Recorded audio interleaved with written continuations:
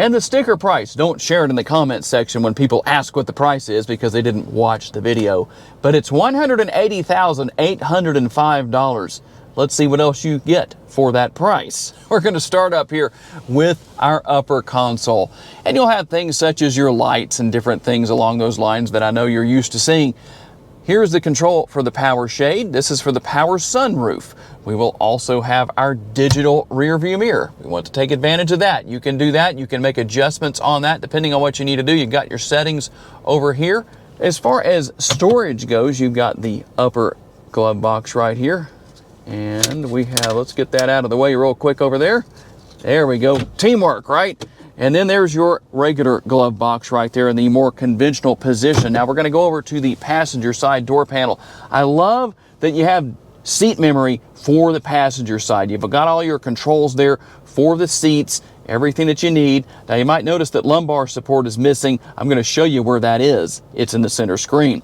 Nice large armrest and door bend down there. Now we'll work our way over here to the driver's side and take a look at, again, we're going to have all of our controls for the seats, everything for your windows and your side view mirrors right here. If you need to do that, you can do all that and lock and unlock windows and all that good stuff. You can also push that button right there. If you need to fold the side view mirrors in, you can do that. Now, over here on the left-hand side of the steering wheel is where you're going to control headlights, fog lights, turn signals, if you know how to use those, and the front and rear window wipers right here. We have our steering wheel mounted controls, everything for your cruise control, adaptive cruise control, and your heated steering wheel. We'll also have the shifter paddles on the back of the steering wheel, gear up, gear down through the 8-speed automatic transmission. And if we push the button right here, we're going to have the options come up for quite a few different things we can change. You also see the HUD settings right there. You do have a head-up display, or HUD as some call it. Vehicle settings, it's all going to be there. We can come back out of that, and you have your built-in navigation if you want to take advantage of that. We'll go ahead and take a look at the center screen now, our 13.1-inch Pivi Pro infotainment screen. If you want to turn the auto stop start off, there's where you're going to do it. You've got vehicle settings right here, depending on what you want to do for your driving modes. As you can see, there are quite a few for literally every potential driving experience, even down to rock crawl. You can configure everything right there if you want to. It just depends on your personal needs. And we can X out of that. You're going to have your built-in navigation, everything for your phone right there. Android Auto and Apple CarPlay are here. Media for what you want to listen to.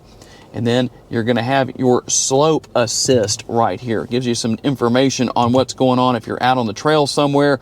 As far as angles go, you can see the position of the front tires if you need to see that, depending on if you're driving through water or mud or whatever the situation is with that. Here are your modes one more time. One of the ways you can come in here is to come to the screen right here. You can also adjust the ride height here. So if you want access for people getting in and out, that's going to work right here. You can go to normal, which is going to default to normal at 15 miles per hour, or you can go to off-road, and it's going to let you know when it's finished, even though you should be able to feel it from the driver's seat, but you have off-road 1 and 2. That's going to raise the suspension even more. We can actually feel that happening here inside of the Range Rover. As I said, it will go back to your stock ride height, normal right here, when you get up to 15 miles per hour. You also can go to auto if you want to and just leave that way, and then you don't have to worry about it. It will automatically select it for you. And a few different things you can do as far as different features and functionality that are going to be here, as far as the hill start assist and all that good stuff. A lot going on here. You also have your wade sensing right here. It tells you you can go as far as 2 feet and 8 inches of water, which is not too bad. We can come back here and we're going to show you something very important. I told you about this earlier on the main screen here. I go to air conditioning, and right up here, let that come up. There you see it right there.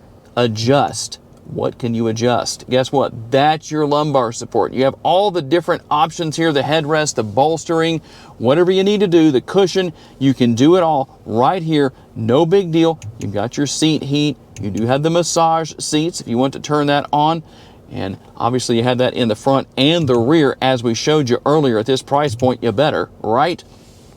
We'll come back out of that, and then we'll go over here. Going to have a couple more things to talk about as far as your compass.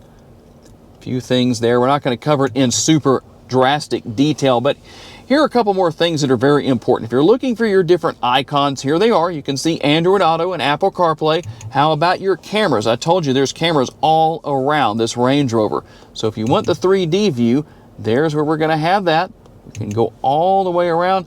It's going to circle around for us. Depends on what you need to see. We can also go right here and select individual cameras, the rear and then the front. We can go to that side view right there. We can do the same thing in the rear. And then if you want to do this again, where you bring it back to that view where you just were, you can touch those on the very outside right there. We can zoom in a little bit if we need to.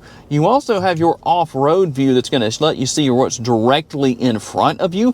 If you want to hitch up to a trailer, we're going to come right here and it's going to show us the area where our trailer hitch would be.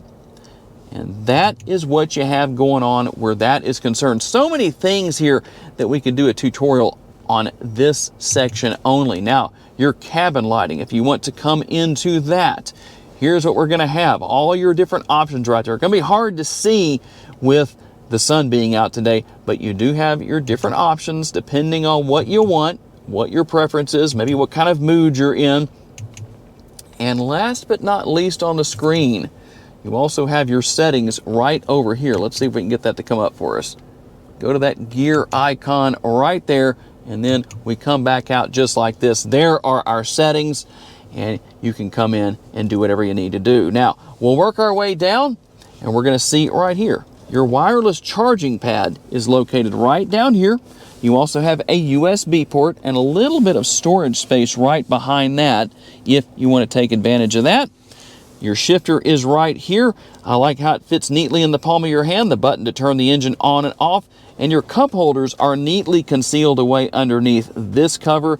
You can actually move those out of the way and gain access to even more space. Another USB port, and there's actually a lot of space in this area, more than it likely looks.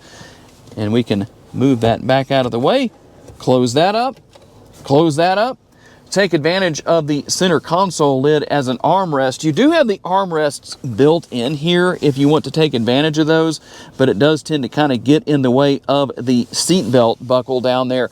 And one thing, hopefully you can see it down there, the belt buckles are actually illuminated. That's going to be in all of the seats, front and rear. So if you want to see where the belt buckle is after dark, I guess that'll help you out where that's concerned. Now you have a couple of different things going on here. You do have a center console right here, but it's also refrigerated. So when you turn that on, those blue lights are on and it's illuminated like that. That means that it's going to be cooling things off. You have two different stages, or you can just leave that off if you want to. And for those of you that want a sampling of the Meridian sound system, here you go. We've paired my phone and we're going to let you listen.